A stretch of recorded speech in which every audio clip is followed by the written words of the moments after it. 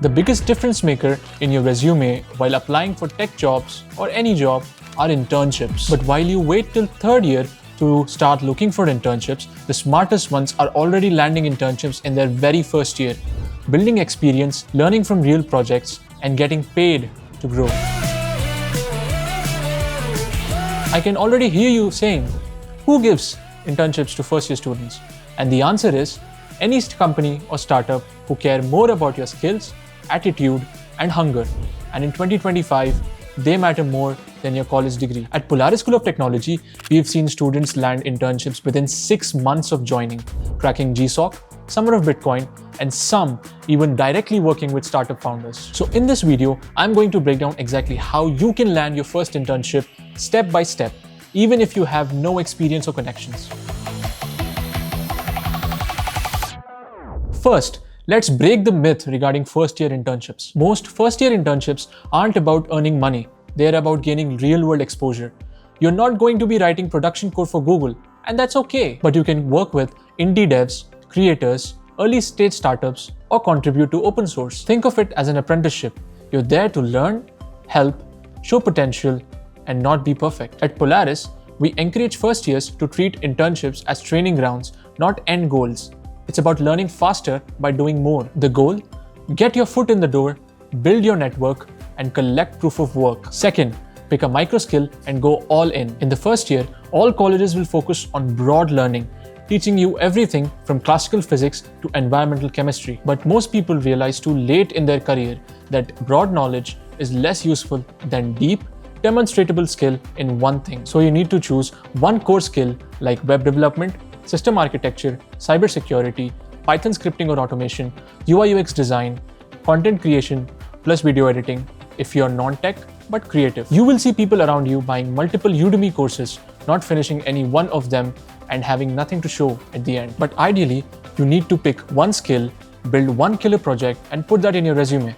It's more impressive than Udemy certificates any day of the week. In Polaris, students are pushed to ship real projects by the end of their first term, not just learn theory, because one good project beats multiple certificates any day. Third, building solid projects. Although every technical interview begins with a DSA question, the question that follows on is, show me what you've built. Companies do not expect a lot of DSA experience from first-year student, but what they expect is genuine interest, which only reflects through thoughtful projects. So here's what you need to do. Create a portfolio project that solves a real-world problem. You don't need 5 different projects. Just a single good one is enough. Something that's not blatantly copied from a GitHub repo.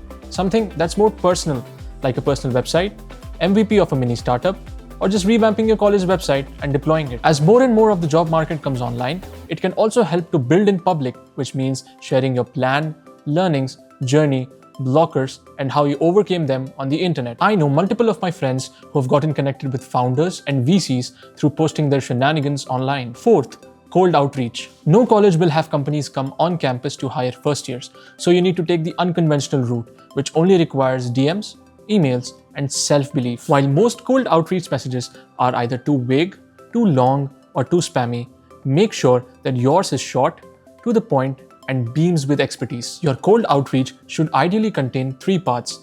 First is a short introduction of yourself in 1 line. Second is 2-3 lines talking about what you've built. And lastly, telling the founder or hiring manager about how you can help them. But make sure that you're actually interested in working with people you're reaching out to, because fake enthusiasm is very easy to spot. One thing to keep in mind is that most cold outreach messages get ignored, but you need to keep sending them every single day, because all you need is one yes. Fifth, join a tribe. Let's address the elephant in the room. Your college won't push you to do this in your first year. Neither will your parents, nor your friends. That's why you need to surround yourself with learners, not procrastinators. Now, unless you're in a college like Polaris School of Technology, where building from day one is a norm, you will have to look out for communities like Discords, Telegrams, or physical tech meetups and tech summits in your own city. You can also try joining tech-related clubs or groups if they exist in your college. The right environment will force you to level up. That's how Polaris students land early wins. They're plugged into ambition. Here's the truth. You don't need to wait for 3 years to be ready. You don't need to be the smartest in the class. You just have to be the most consistent one in the room. Your first internship isn't about money. It's about momentum. So start learning, start building, start applying.